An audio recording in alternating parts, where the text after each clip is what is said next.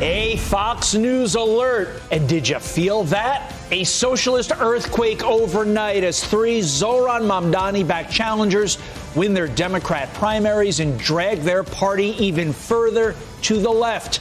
And while Mamdani becomes the party's new kingmaker, some Democrats are preparing to fight back. And we begin with Madeline Rivera with the very latest on the primary results coming in this morning. And Maddie, it was a socialist sweep in New York City. That's right, Carly and Todd. New York City Mayor Zohran Mamdani says the results of Tuesday's primaries were the beginning of a political movement. One of the far-left candidates he backed beat a five-term incumbent in New York's 13th congressional district. Congressman Adriano Espaillat, the chair of the Hispanic Congressional Caucus, lost his seat to Democratic Socialist Darya-Lisa Avila Chevalier. In New York's 10th congressional district, Mamdani-backed progressive leader Brad Lander ousted Congressman Dan Goldman, who was the lead prosecutor in Trump's first impeachment trial. And in New York's 7th congressional district, another Democratic Socialist member, Claire Valdez, won the Democratic nomination. Chevalier and Lander have said they want to abolish ICE. They've also been critical of Israel. Valdez, meanwhile, wants a state takeover of utilities and housing and unions for all, and said Free Palestine was on the ballot.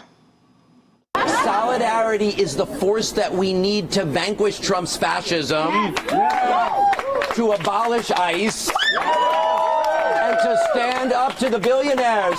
Abolish ICE, free Palestine, organize your union, and join DSA. What we have delivered here today is a clear mandate that the era of taking a check and cashing a check and calling it representation is over. Outside of the Big Apple, South Carolina's State Attorney General Alan Wilson will become the Republican nominee for governor. President Trump initially endorsed Wilson's opponent, Lieutenant Governor Pamela Evette, and she did finish first in the primary election. The president then decided to endorse Wilson and Evette in the runoff. I believe he recognized what we've been doing for the last 10 years to support the things he was trying to accomplish with his administration. But also, I think he saw the fight that in our campaign, the energy in our campaign.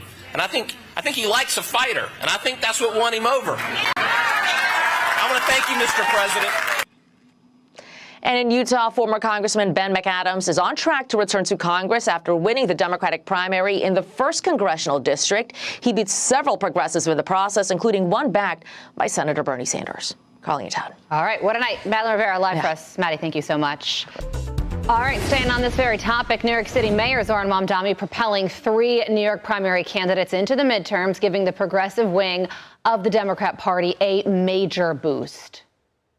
This is your victory. What you all have shown this evening, whether for state assembly, state senate, or Congress, is that a year ago, it was not the end of a political movement.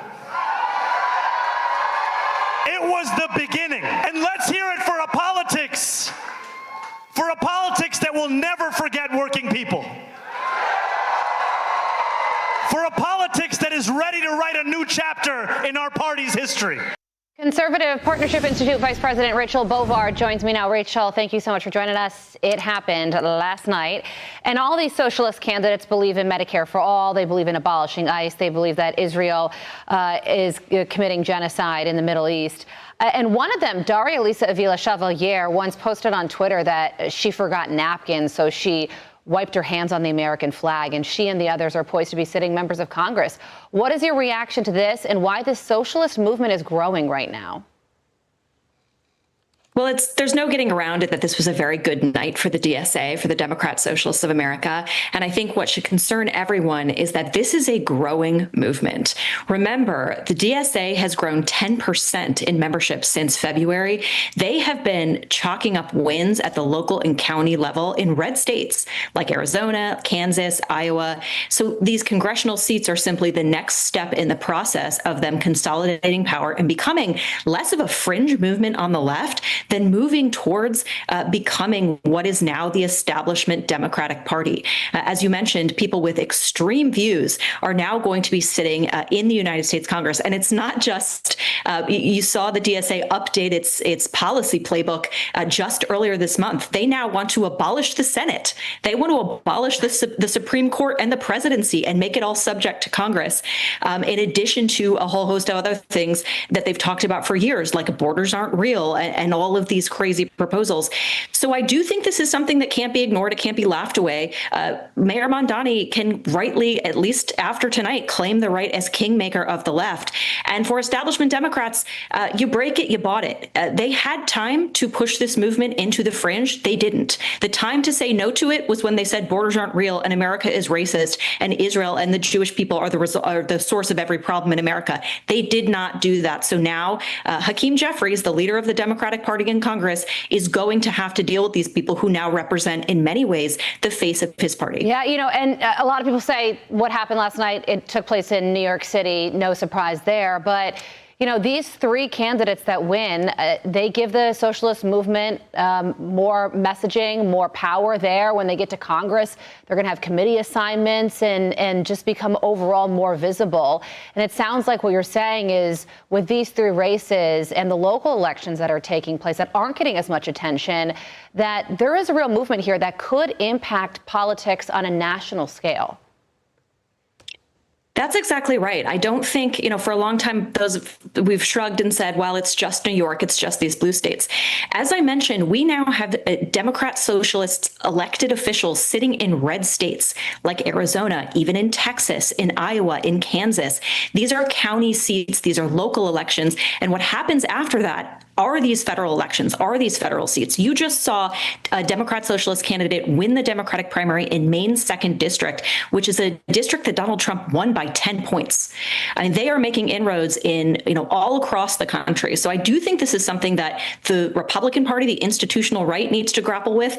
The left should have done it a long time ago, but now this is who they are. And I think that the establishment Democrats are going to have a hard time controlling them. Hakeem Jeffries has a lot to deal with because these are not members of Congress who are going to be deferential to, the establishment Democrat way of doing things. They're going to get on committees. They're going to do what they want. So buckle up, Democrats, because there's a lot coming at you. Well, Democrat Mamdani said that the Democratic Party needed change, and last night that is certainly what happened. We'll see how that change translates when it comes to all of us in the national conversation.